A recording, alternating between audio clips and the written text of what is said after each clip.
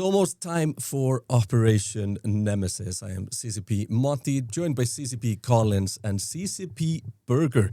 Welcome, guys. The Uplink podcast returns, and it is. It looks a bit different. Yeah, that we may have moved to a different bastion for this pod, which is obviously something that you just need to do from time to time.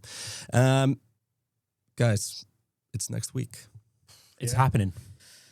Oh, I'm so excited.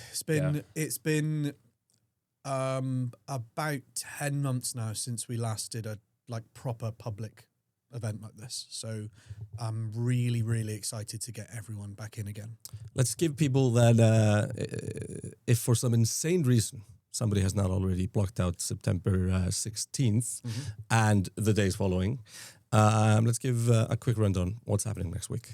So Operation Nemesis is the next big battle that's happening in Vanguard. The game's going live for a period of time where absolutely anyone can play the game for free. If you have access to the EVE launcher, you'll have access to EVE Vanguard. Download the game, get going, jump in. We've added a new player journey to the game, so you'll be introduced to the universe, the types of enemies that you'll be fighting, and some nice, really, really cool vistas of the universe that we're trying to build out, and the narrative that we want to take you on as a new Vanguard warclone that's been brought to life. You'll then be going through a number of steps as part of that new player journey, but you'll be introduced to different characters and different organizations that exist in the EVE Online universe through expeditions. This is a system that we've made to give you objectives and some structures and to make sure that you're earning rewards for everything that you're doing in the game. We've got some new weapons that's gone in. We've got some new enemies that also have some new weapons going in. And we've got that expedition system to basically feed you lots more things to do with some new chipsets that we've added to the game to keep yourself kind of leveled up and powered up. And we've got a new map for the insurgency mode. That's the 9v9 competitive team-based mode. There's a brand new map. It's a bit grey box, but it's a much better representation of team-based matches that we want to have and the type of maps that we want to have. Yeah, not only that, sorry, I'm just going to jump into what Collins is saying to add a little bit to that. We're also testing a new link to EVE Online, where we're basically creating an event that's both happening in Vanguard and EVE Online at the same time with rewards on both sides, and you can turn stuff in for some really juicy reward. But this is us trying to kind of deepen the link between the two games. We've been testing in the previous test, we were actually testing some insurgency connections.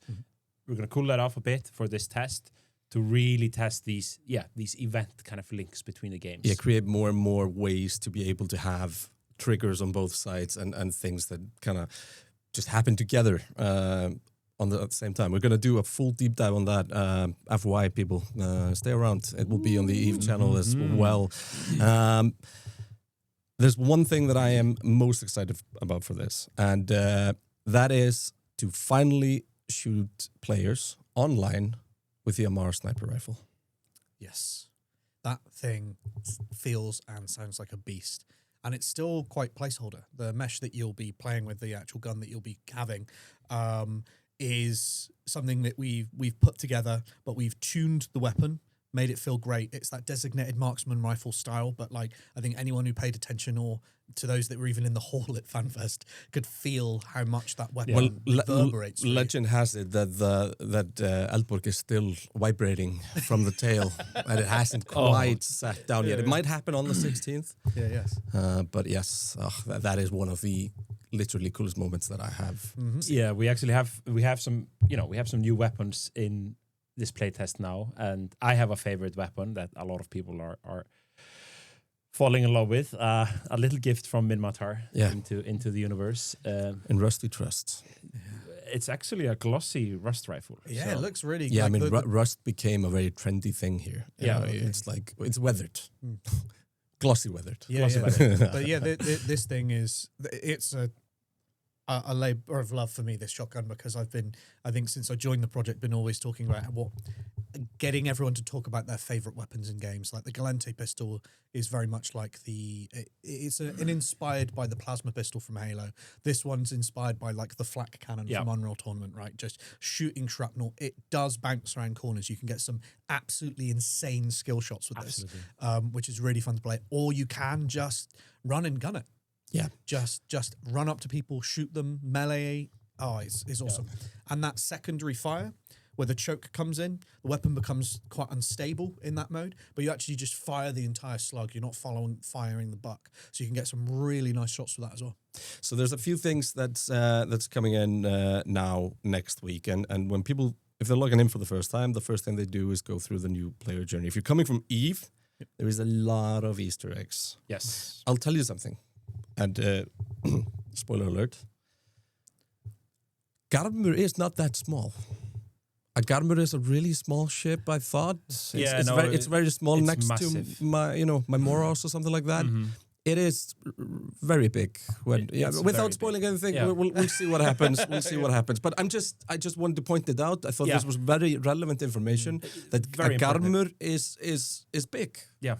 Mm-hmm. And also, we're also going to see some old friends from previous attempts on FPSs. There might be some dust Easter eggs here and there, and others. So, keep your eyes. I can't wait. peeled. So, in Operation Nemesis, like I said, it's the new warfront, it's a new battle, it's the next battle. There's a few things. If we break it back into more like essentially just what am I doing? We talked about this a little bit earlier, and there's a deep dive podcast that you can take a look at. But you log in, there's the new player experience, complete with just the tutorial for the game, essentially. So you go in, you test the weapons, you test the extra mechanics, picking up the loot and understanding what that is, the multiple different ways that you can use the weapons and such. And then we have, like you said, the 9v9, but also more just the open map fighting, mining, industry, and that's what we're seeing now. Yeah, I think we're starting to see with this playtest, we're really starting to see a complete vertical slice of the game. Like, it doesn't have, of course there will be more features and bells and whistles in the future, but it is a end-to-end game. Like, I've it's a demo of the whole experience in a way. It's that motivation to get stronger. Yep. And how you get stronger is by going down on the surface, killing things, completing missions, turning in contracts, turning in expeditions, mining for resources, scavenging for resources, and then using that stuff back in your war barge to manufacture things, manufacture chipsets for the weapon, or even manufacture different weapons if you want those things as well. And there's a bunch of chipsets now in the game, there's people will be able to spend a lot of time just tinkering. Yeah, and not just on the Core 80 as well. The shotgun as well has a whole suite of chipsets that go along with that as well, so you can continue to tune that to the nth degree. Yeah, and I just love this whole thing. The word extraction comes up a lot, but essentially we have two game modes there. You're going to be able to go into basically just a PvP arena, team-based PvP arena, but then you also kind of get the same feeling as I do when I go in EVE, which is essentially just undocking, and then I roam around the space a bit, trying to either find resources, find other. I never look for resources; I look for other players. But there's a difference between how people play, and it's that, and then you essentially would just want to get back home, and that's something that I think. People will experience so strongly here once the industry part and the harvesting and all that is in. So we had in the previous playtests, if people took part in them, the Core 80 was kind of the jack of all trade type weapon. We deliberately went down to a single weapon and a single suit to kind of harness in on the shooting experience. Like, can we make it feel super good? And now, kind of in the last playtest, we really started. Poking out the chipsets and allowing people some customization and making the weapon a little bit more there. And this playtest, we're kind of allowing the Core 80 to become its own thing, like giving it its own identity. And the chipsets and the crafting around them and kind of the min-maxing and the tinkering, like we're really starting to see the outline of that and kind of how that gameplay, will drive the game forward. And, I found myself scavenging for certain materials to get that like perfect scope or, to fix a recoil issue that I think is a recoil issue, but others don't think it's a recoil Mostly issue. a skill issue for you, It's Burger. mostly a skill issue. If you don't want to manage the recoil, you can get some you chipsets to help you with that, right? And I think for me, it's the targeting visor. That's the first thing I always go for in my weapons. You can get one for the shotgun as well, which is really nice, and it just kind of it creates this kind of visor when you're aiming down the sights. It just kind of dulls out all the information you don't need, and just enemies just stand out. Yeah. And for me, especially. Let's face it, for us old guys that are not quite there yet, still like we think we are. PvP finds me, so, rather than me finding PvP. So I want to be prepared that if I'm going to get caught, I like to play solo. I like to play this game the hard way. And I think, like, to come back to something you were saying, right? Like the sandboxes that we're sending to, it's a lot like EVE, right? That EVE isn't telling you or defining, right, it's this mode. You're doing this thing. You're going out and you're doing it because, like, you've set yourself a goal. I want to go out and find some other players, or there's a particular place I want to go to, or I want to explore this, or I need to mine this. The game in Vanguard is very much like that. You're deploying down based on something you've set yourself. A lot of my deployments, especially as I'm kind of building up that power, aren't defined by combat. They are, I kind of want to get in, do some mining, and get out. And so the kit that I'm taking with me is to help me avoid combat, which, you know, it sounds quite strange for a shooter, but that's what we want you to also do. Like, so I'm building motion detectors. I'm making sure I'm kind of picking areas of the map where I'm less likely to find people channeling in, or kind of emergent events are happening. I'm starting to learn where the NPCs are starting to drop in now, and I'm kind of I'm building up a map knowledge of, right, I just want to get in, I just want to mine some resources so I can get that targeting visor. I'm going to go in and do this, and it's really nice when you hit that flow. Yeah, and this is EVE Online. This is exactly what EVE Online is. Like, I fit for, you fit for what you're doing. 100%. And sometimes you get lucky and you manage to survive through space, but sometimes you run into friends that are not as friendly as you hoped. But with Prox Chat now, you can ask them. Which are is you friendly? Even, I promise you that would have always worked in EVE if you asked somebody like I'm friendly. Come here. Killing is just a means of communication. Yes, that's kind of what EVE is all about, I guess. Okay, so there is this thing now with Operation Nemesis coming in. There is what I kind of just wanna get a little bit of feel for.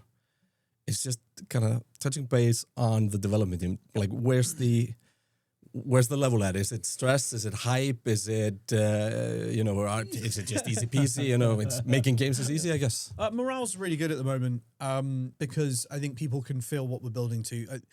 Unfortunately, with a lot of these things, you want it to come together earlier, but sometimes it comes together. The shape of everything comes together at the end, and all the different lanes that people are in, it's not until they really converge that people go, oh, okay. And so it's kind of those moments over the last kind of month or so where it's starting to connect in and lock in, and people are seeing the big picture, right? They're coming out of, I've just been hard focused on getting this one particular feature in, and now I can actually see its impact in the larger scale of things. So I think there's obviously, with game development, is stressful, right? Yeah. Making games is hard. So there's an element of stress, as we are in hardening right now, where we're, you fix one thing and it breaks another thing, and then you have to go fix that thing, and then something else pops up there. So that always generally happens. So where the team are right now are in a period of, like, we're in what you'd call lockdown, which is it's bugs only. We're fixing the critical issues that are blocking players from playing the game, and you have to ask for permission to make sure that your fix goes into the game, and there are all, checks and balances and all those things. So,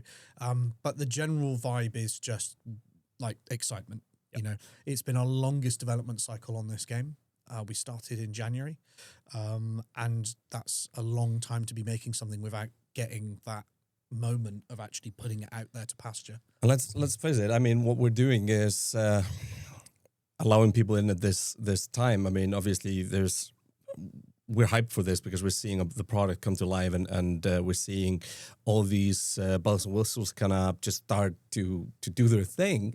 But at the same time, obviously, this is not a final product, and that needs to be recognized. Yep. And I don't know, it feels brave to put your product in the hands of players this early, and there are reasons most developers don't do it. They just would rather just wait and see what happens when everything is ready and just throw it out. But this is probably the final point in time to really hop on and give the feedback that might make it into the early access. Because, I mean, we've been building on feedback now from the community almost. I'm not going to say day one, because obviously there was a day one where there was just like new project in the engine. But this is the big moment for people to really come in and then leave their mark on.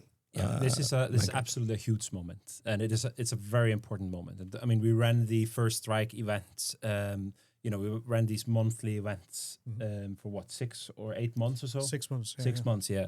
And though that comment, like the comments we got from that initial test was, we're still building on that feedback.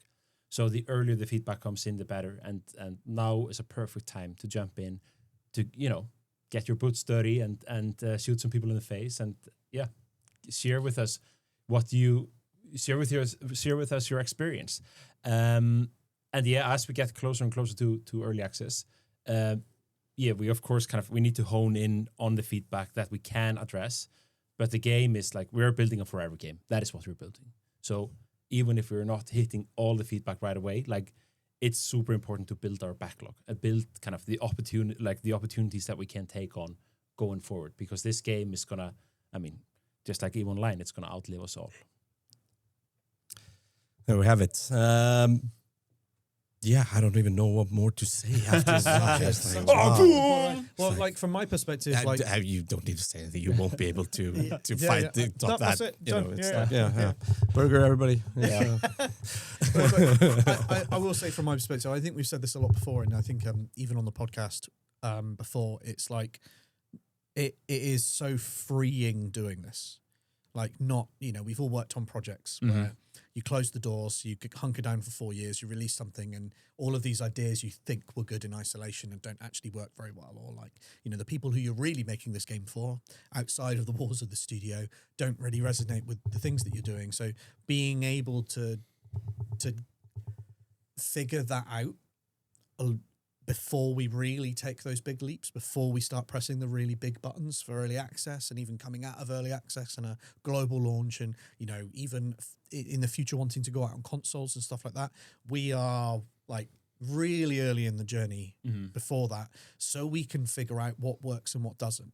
To be quite crass, we want to get rid of the shit quickly, and this is how we do it: is we build in prototypes, and we don't spend. Mining is a really good example of this. I'll go all the way back to when we did First Strike. People were like, well, mining and industry is a big part of EVE Online. If this is going to be like a shooter that feels like it's within that universe, you're going to need something like that. Instead of spending a year on a mining prototype, or a mining feature, we put a prototype together really quickly, and we put it out to the players, and we went, is this the kind of thing that you're thinking of? What works? What doesn't work? Does it capture the essence of what we think is right here?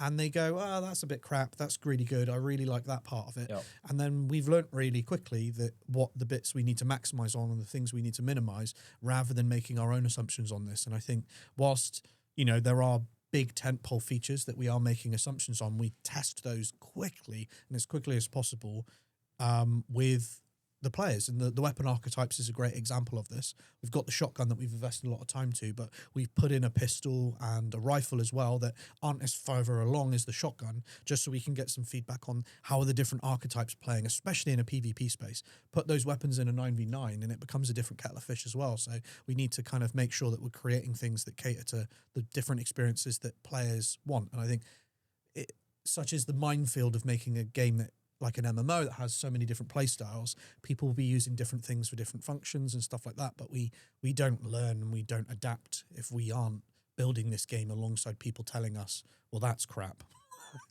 Or I really like that.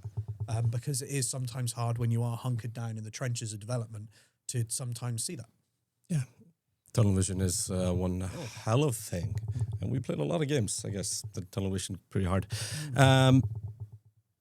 Let's just, to wrap this up, I can hear at least the energy is real for this. I can't wait to have like a solid excuse to just play Vanguard and just drop all other responsibilities. It's the perks of working on a game at a point like this and not being a dev. It's like, no, I need to know what to talk about on the next Yeah, podcast. it's research. Yeah, I need to see every single element of the map.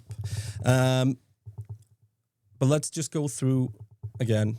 September 16th, Operation Nemesis starts. Yep. So what you got to do, you got to download the EVE launcher. Yep. And within the EVE launcher, if you already have it to play EVE Online or such, then there is an EVE Vanguard tab. This will all get very highlighted during Operation Nemesis. If you don't have that already, go to evevanguard.com. There we have all the links necessary. Obviously, wishlist on Steam and stuff. That's something that you should have done a long time ago anyway. But the final step is be on our Discord. Yep. Be on the EVE Vanguard Discord. That is where the magic happens. That's where the discussion and the devs are close to the community, and that's where the feedback and everything. Also, happens. as well, it's where you will continue to keep playing the game after we wrap up Operation Nemesis. We have a VIP program. Yep. It's an elective thing. You can apply to be a VIP on our Discord, and our VIPs get access to the game. And behind the scenes show and tells from the developers is what we're working on behind the scenes as well. Yeah, And a lot of testing of features that, prototypes and stuff like that. Also, during the Nemesis event, there will be an event going on in EVE Online as well. Yep. So there is that connection. So also jump into EVE, do your EVE tasks, do your Vanguard tasks, get awesome stuff. Listen to a podcast on the side. I mean, we Listen to are a podcast basically on the a side. one-stop for all, Whoa, know. No Like, need to leave the universe. Yeah. Man. Wouldn't you rather be a New Eden? Yeah. I mean, we'll just do a cooking show and then you don't even have to, Yeah. You can just learn to cook. And Food delivery Why service. not? I think Yeah. we can do that. I think we can do that. Yeah. People are basically doing it already in EVE. Yeah. Kind of delivering stuff all over corporation projects and Yeah, freelance freelance projects and stuff. It's like, bring me a burger. Not this burger though. Guys, I can't wait to play. I have one observation to make. Next time you decide there is a fucking dress code, please let me know because Sorry. yes. Yeah. We decided to be a little flowery. It's the World Flower Day in New Eden today. I said that. Decided. Okay, Yeah. That's good. That's great. The Flower Boys are going to be my primary target in Operation Nemesis from here on, at least. Guys, thank you so much for jumping in. Let's get back to it. I can't wait to see you all, and I can't wait to kill both of you in Operation Nemesis while that is happening. September 16th. Don't miss it. Join us.